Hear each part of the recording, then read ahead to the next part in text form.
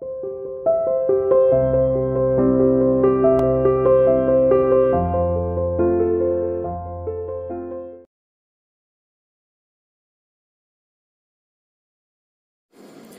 Morning बेटा, welcome to CR international school online classes. बेटा 12वीं कक्षा का आपका चैप्टर चल रहा है पहलवान की ढोलक, और 3 वीडियो आपकी जा चुकी हैं और ये पाठ अभी आगे चलेगा। एक वीडियो और निकलेगी इसमें से अभी, यानी चौथी और 5वीं, तो बीच में छोड़े नहीं, आप लगातार देखिएगा। तो हम बात करेंगे थोड़ा सा पिछले हिस्से में, जो कल की वीडियो में जो गया है। हमने पढ़ लिया था कि जो शेर का बच्चा है, अर्थात जो चांद सिंह था, उसे लुट्टन ने हरा दिया और उसकी जीत हुई। और राजा को उसने गोदी में जब उठाया तो कुछ जो उसके मैनेजर साहब वगैरह थे, उन्होंने आपत्ति जताई कि छी, मतलब इतनी नीची जात का जो ये है देहाती पहलवान, इसने आपको गोदी में उठा लिया। लेकिन राजा ने उसे बुरा नहीं माना और राजा ने उसे छाती से लगाकर गदगद स्वर में कहा कि जीते रहो बहादुर, तुमने मिट्टी की लाज रख लिया, अर्थात शाम नगर की इज्जत को तुमने बचा लिया है। यहाँ तक हमने पढ़ा था। इसके बाद आगे चलते हैं। पंजाबी पहलवानों की जायमात यानी कि जो ग्रुप था, चांद सिंह की आंखें पहुंच रही थी, अर्थात उसके आंसू क्यों पहुंच रहे थे आंसू? क्योंकि चांद सिंह हार चुका था। लुट्टन को राजा साहब ने पुरस्कृत ही नहीं किया, बल्कि अपने दरबार में सदा के लिए रख भी लिया, अर्थात उसे दरबारी पहलवान बना दिया। तब से लुट्टन राज पहलवान हो गया था, यानी कि पूरे राज्य का पहलवान, अर्थात राजा का जो पहलवान था वो उसके नाम से प्रसिद्ध हो गया था। और राजा साहब ने उसे लुट्टन सिंह कहकर पुकारने लगे थे। राज पंडित जो लोग थे, उन्होंने मुंह बिचकाया, कैसे कि हैं हजूर, जाति का तो ख्याल रखा होता, यानी कि सिंह जाति से, यानी छोटी नीची जाति से होगा वो। कहते जाति का तो ख्याल रखते, ऐसे पहलवान को अपनी क्या है राज दरबार में रखने से पहले उसकी जाति का तो ख्याल रखना चाहिए था। हम पंडित लोग, ठीक है, हम जो है मैनेजर साहब वगैरह बड़ी ऊंची जाति के लोग हैं, और तुमने नीच जात के व्यक्ति को, या पहलवान अच्छा होने के कारण तुमने उसे राज्य में रख लिया है, अपने राज दरबार में लगा लिया। मैनेजर साहब जो थे वो क्षत्रिय थे, अर्थात वो क्षत्रिय जो लोग होते हैं अस्त्र शस्त्र रखते हैं।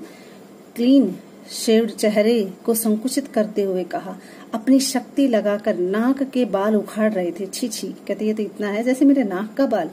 चुटकी में अत्याचारी बाल को रगड़ते हुए बोले, सरकार, ये तो अन्याय हो गया, यानी कि हम क्षत्रिय, हम ब्राह्मण, और हमारे बीच में ये रहेगा? कहते इसे दरबार में रखोगे आप? ये तो हमारे खिलाफ हो गया, ये तो अन्याय है। राजा साहब ने मुस्कुराते हुए सिर्फ इतना ही कहा, उसने भी तो क्षत्रिय का काम किया है, यानी उसने भी तो बहादुरी का काम किया है। बहादुरी का काम उसने किया है, अर्थात क्षत्रिय जो लोग, यानी देश, अपने जो श्यामनगर की इज्जत को उसने बचाया है, पहलवानी का काम किया है, ये भी तो बहादुरी का काम है। उसी दिन से लुट्टन सिंह पहलवान की कीर्ति का मतलब उसका जो बखान है वो दूर दूर तक फैलने लगा कि भाई बहुत अच्छा पहलवान है वो। अब क्या होता? पौष्टिक भोजन और व्यायाम, यानी कि अच्छा खाना मिलता, अच्छा व्यायाम करता, और राजा की स्नेह दृष्टि ने, यानी राजा के प्यार ने उसकी प्रसिद्धि में 4 चांद लगा दिया। राजा जो है बार बार कहीं पर भी निकलते, कोई भी इकट्ठा होता तो उसका परिचय राज दरबार में करवाते। तो ऐसे अच्छा खाना था, अच्छा व्यायाम करता, कुछ राजा उसकी प्रशंसा करते, तो यानी कि चारों तरफ क्या है, लुट्टन सिंह पहलवान का नाम चमकने लगा।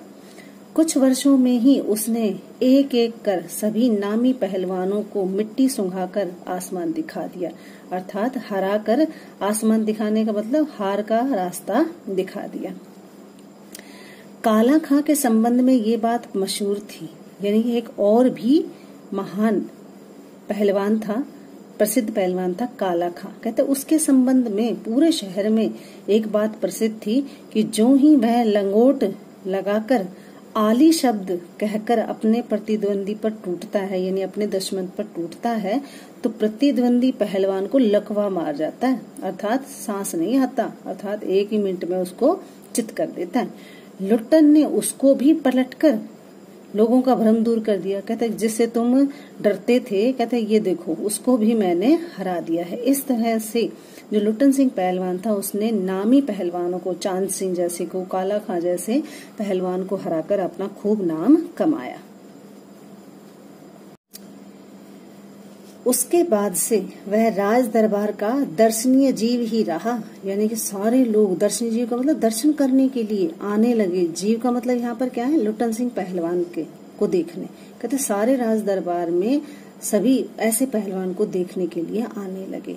चिड़ियाघर में पिंजरे और जंजीरों को झकझोर कर बाघ दहाड़ता। कहते जैसे चिड़िया खाने में पिंजरे और जंजीरों को पकड़कर शेर दहाड़ता है ना, ऐसे ही वो भी हाँ हू करता रहता। सुनने वाले कहते, जब वो लोगों को ऐसा स्वर सुनाई देता तो लोग कहते थे राजा का बाघ बोल रहा है, अर्थात राजा का शेर दहाड़ रहा है, अर्थात लुट्टन सिंह बोल रहा है। ठाकुर बाड़े के सामने पहलवान गरजता, यानी ठाकुर के का जो बाड़ा होता था, जो इलाका होता था, उसके सामने पहलवान लुट्टन सिंह गरजता। महावीर और लोग समझ जाते पहलवान बोला। कहते जैसे ही महावीर वो बोलता तो लोग समझ जाते लुट्टन सिंह पहलवान आ रहा है। अब अक्सर उसका बचपना भी यहाँ पर दिखाया गया। लुट्टन सिंह पहलवान का पहनावा भी दिखाया कि वो कैसा इंसान था देखने में। एक तो मैंने बताया कि वो हष्ट पुष्ट था शरीर से, और जब वो चलता था तो 45 डिग्री कोण में वो अपने हाथों को फैलाकर चलता था। मेले में वह घुटनों तक लंबा चोंगा पहनता था। जब मेले में जब आता था देखने के लिए तो लंबा कुर्ता पहनता था। अस्त व्यस्त उसकी पगड़ी बंधी देखकर बांधकर मतवाले हाथी की तरह झूमता हुआ चलता था, धीरे धीरे सहज सहज। दुकानदारों को चुगल करने की सूझी। दुकानदार जो है उससे मजाक करने की सोचते थे। हलवाई अपनी दुकान पर उसे बुलाता और कहता, पहलवान काका ताजा रसगुल्ला बना है, जरा नाश्ता कर लो।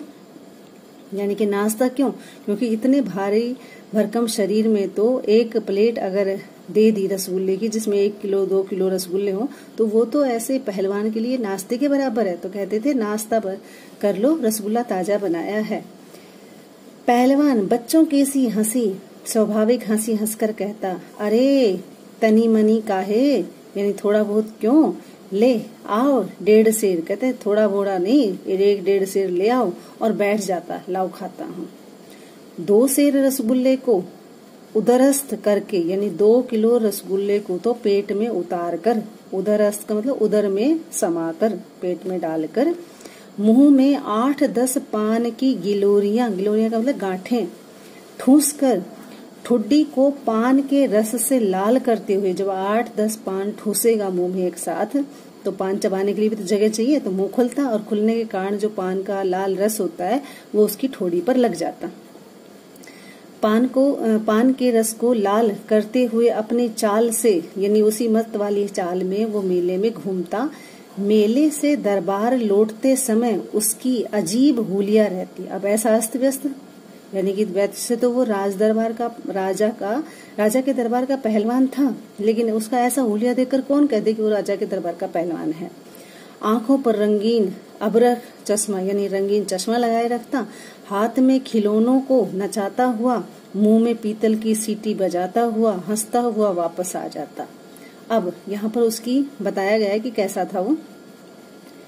बल और शरीर की वृद्धि के साथ, यानी कि शारीरिक शक्ति तो बहुत थी, शरीर भी बड़ा हो गया था, लेकिन बुद्धि, कहते बुद्धि तो बिल्कुल भी नहीं थी। वो तो बल्कि घटकर बच्चों की बुद्धि के बराबर रह गए थे। जैसे छोटा बच्चा होता है ना, यानी कि नाम का शरीर से बड़ा हो गया था, शक्ति उसमें ज्यादा आ गई थी, लेकिन बुद्धि जो है वो बच्चों जैसी ही थी। दंगल में ढोल की आवाज सुनते ही वह अपने भारी भरकम शरीर का प्रदर्शन करना शुरू कर देता था। यानी उसके रग रग में जो है ढोल की आवाज बसी हुई थी, और जैसे ही दंगल में ढोल की आवाज बजती या ढोलक की आवाज बजती तो वो अपने आप को रोक नहीं पाता, और उसके शरीर में क्या है, ढोल की जो आवाज है वो उसमें क्या भर देती, उत्साह भर देती, और वो अपना प्रदर्शन करने के लिए शुरू हो जाता। उसकी जोड़ी तो मिलती ही नहीं थी, यानी उसकी जोड़ी का कोई पहलवान तो था ही नहीं। यदि ऐसा है, यदि कोई उससे लड़ना भी चाहता तो राजा साहब लड़ने की अनुमति नहीं देते। क्यों? क्योंकि ऐसे में क्या करे, इतने भारी पहलवान के साथ लड़कर मरना थोड़ी था किसी को। कहते वो लड़ने की अनुमति नहीं देते, इसलिए वो बेचारा निराश होकर लंगोट लगाकर देह में, यानी कि जहाँ पर अखाड़ा होता था वहां पर मिट्टी को अपने शरीर पर मल कर, उछाल कर अपने को सांड या भैंसा साबित करता रहता है। जैसे सांड और भैंसा होते हैं ना, मतलब मिट्टी में टक्कर मारते रहते हैं, इसी तरह से जब कोई प्रतिद्वंदी उसे नहीं मिलता या खेलने वाला नहीं मिलता तो वो मिट्टी अपने शरीर पर मसल मसल कर खुद ही क्या है, दंगल में सांड और भैंसे की तरह खुद ही लड़ता रहता।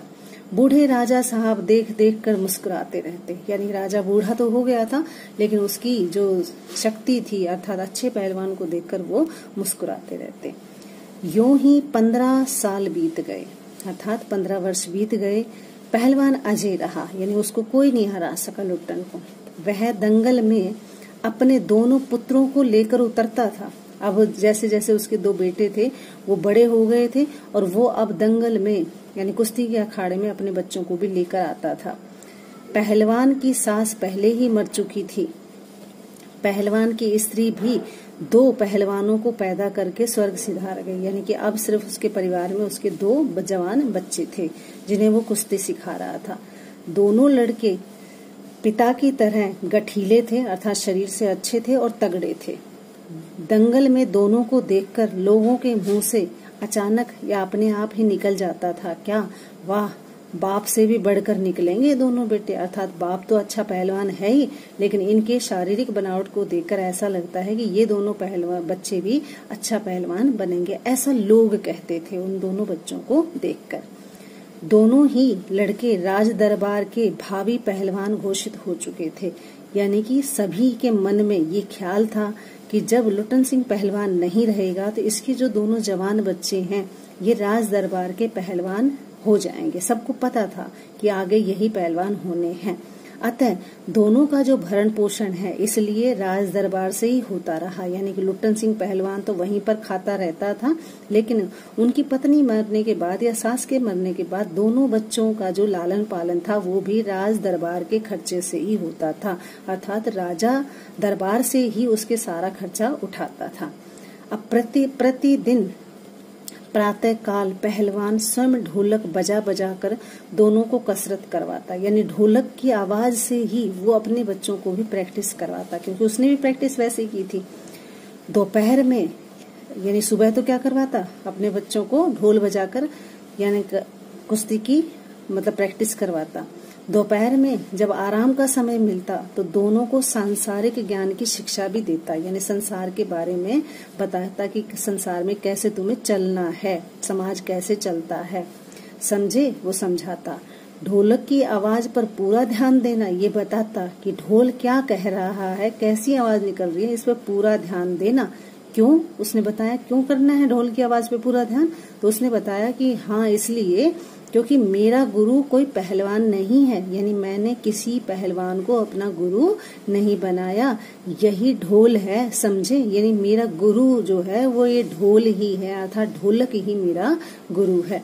ढोल की आवाज के प्रताप से ही मैं पहलवान हुआ हूँ, यानी ढोलक की आवाज का जो तेज है, जो बल है, जो जोश है, वही मुझ में पहलवानी करने के लिए प्रेरित करता है। दंगल में उतरकर जब तुम यानी कि लड़ाई के लिए उतरो या कुश्ती करने के लिए उतरो तो सबसे पहले ढोलों को प्रणाम करना, समझे, यानी अपने बच्चे को बताता कि जब भी तुम दंगल में मेरे जाने के बाद दंगल में या कुश्ती के अखाड़े में उतरो तो सबसे पहले ढोलक को प्रणाम करना। ऐसी ही कुछ बातें वो अपने बच्चों को बताता रहता। फिर मालिक को खुश कैसे रखा जाता है, यानी कि अगर ये जो राजा हैं इनको खुश कैसे रखा जाता है और कब कैसा व्यवहार करना चाहिए आदि की शिक्षा भी वो रोज अपने बच्चों को दिया करता था, यानी रोज बताया करता था कि राजा को खुश कैसे रखा जाए। तो इस तरह से वो अपने बच्चों को बताता है। तो लुट्टन सिंह जो पहलवान है वो अपने बच्चों को भी क्या बना देता है, एक अच्छा पहलवान बना देता है जिसका लालन पोषण दरबार से होता है। और भावी पहलवान भी, यानी सारी जनता को उम्मीद है कि जो पहलवान है वो दरबार में इनके बेटे ही बनेंगे। और अपने बच्चे को हर तरह का ज्ञान उसने दिया, सांसारिक ज्ञान दिया, ये भी बताया कि अपने मालिक को खुश कैसे रखते हैं। उसने ये भी बताया कि मेरा कोई गुरु नहीं था, अर्थात मेरे को पहलवानी सिखाने के लिए मैंने किसी गुरु से क्या है शिक्षा नहीं ली, ये ढोल की आवाज से ही मैं मतलब सुन सुनकर पहलवान बना हूँ। और तुम भी जब भी तुम अखाड़े में उतरो या पहलवानी करने के लिए उतरो तो सबसे पहले ढोल को प्रणाम करना और जीतने के बाद भी ढोल को ही प्रणाम करना, क्योंकि यही तुम्हारा गुरु है और ये मेरा भी गुरु रह चुका है। इस तरह से उसने अपने बच्चों को शिक्षा दी। आज के लिए इतना ही। आगे का जो पाठ है वो अगले वीडियो में।